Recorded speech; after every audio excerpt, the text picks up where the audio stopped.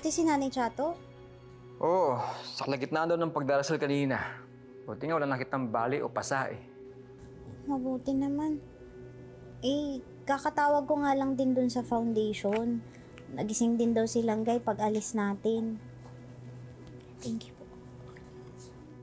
Pero buong gabi daw tahimik lang. Hindi nga daw kumain hanggang sa nakatulog na lang. Kawawa na yung magnanay, no? Pati yung baby niya. Ay, Bonnie, pakisama nga pala yun dyan sa letter mo, ha? Oo, sige. Ginagawa ko na nga eh. Kukuhain ako ng medical certificate sa doktor. Pagkatapos ito, ibig ko agad sa'yo. Salamat. Sana talaga matapos na tong kalbaryo nila, no? Pero pakiramdam ko kasi meron pang detalyeng hindi lumalabas, eh. Tapos sasambat, malalaman din natin yan. Sige na.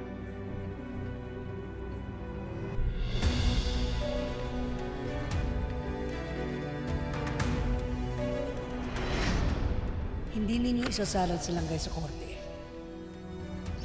Ikulong niyo na lang ako. Nanay Chato, may hindi ka pa ba sinasabi sa akin?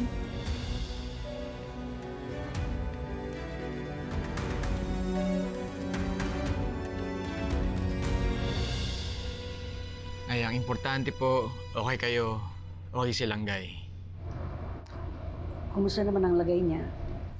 Anay, ang sugat niya po, maliit lang naman, tsaka hindi naman malalim. Mas inaalala ko yung malalalim na sugat ni Langgay. Anong ibig mo sabihin? Hindi naman kasi simple yung pinagdadaanan ni Langgay. Sinaktan siya nung taong mahal niya. Si Carding. Tapos, nandun pa siya nung mismong aksidenteng mapatay ni Nanay Chato si Carding na taong mahal din niya. Yun yung malalalim na sugat niya. Alam niyo kung ano pa yung mas malalim pang sugat dun? Yun yung sugat na kailangan niyang itago.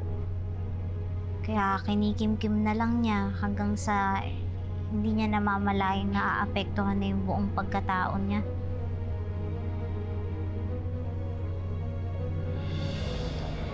Hindi mag-witness si Langgay.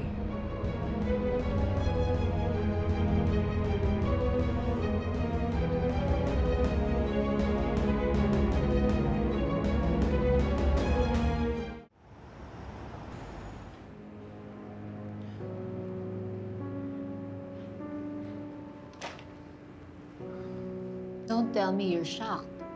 Natatanggihan nilang isalang si Langgay sa hearing. Well, I actually saw this coming, Mom. Well, given her mental condition, tapos buntis pa, kahit ako, hindi rin ako papayag. But Langgay has the most powerful statement as the sole eyewitness. Pwede nga nitong mapawalang sala yung nanay niya eh. Bakit kaya sila nagtitake ng ganung risk? May tinatago ba sila? Good questions.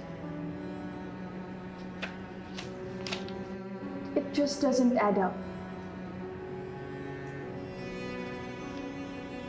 Ang tanong, alam ba ito ni Lilet? Ang importante, maintindihan mo kung bakit at maunahan mo sila bago nila palitan ang buong narrative na magiging pabor sa kanila.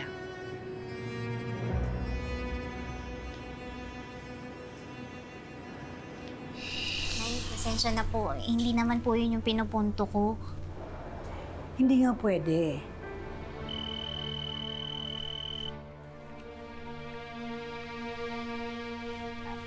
Excuse me lang po. Kailangan ko lang po sagutin to.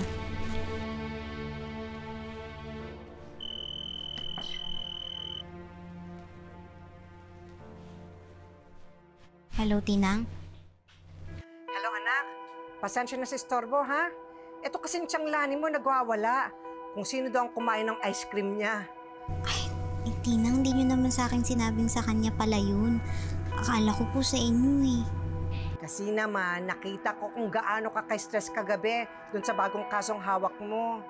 Di bali anak, mamaya dumaan ka at bumili ka ng ice cream para mawala na yung bagyong Lani dito sa bahay natin. Opo, Tinang.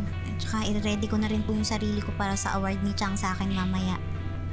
Huwag kang mag-alala, Lilet. Walang awarding ceremony kasi ang sabi ko sa kanya, ako ang kumain ng ice cream. So, Tinang, bakit nyo naman po ginawa yun? Masisisi pa kayo sa kasalanan, ako naman yung gumawa. Excuse me, Attorney Matias. Hindi mo pa ba master ang Cecilia Matias na ni Constitution, Article 1, Section 1 ng puso ko, na lahat gagawin ko para sa anak ko. At kung kailangan kong akuin ang kasalanan mo para hindi ka masaktan, gagawin ko, anak. Diyos ko, Tinang. Oh, bakit ka napasigaw, anak? Ano nangyari? Sige po, mamaya ko na lang pong ipapaliwanag sa inyo ha. Pero salamat po sa pagmamahal nyo at sa nanay constitution nyo. Alam ko na po yung sagot sa mga tanong ko. Sige po, bye-bye.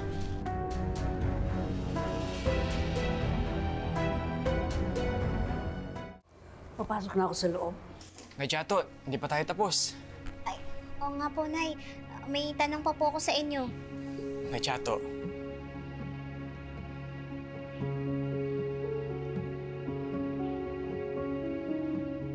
Tama na po, Nay. Hayaan nyo na pong palayain kayo ng katotohanan.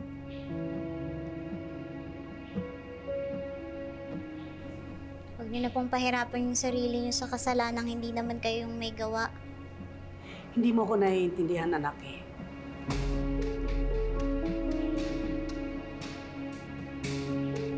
Sige po, Nay. Ilabas nyo lang po kung ano yung totoong nararamdaman nyo.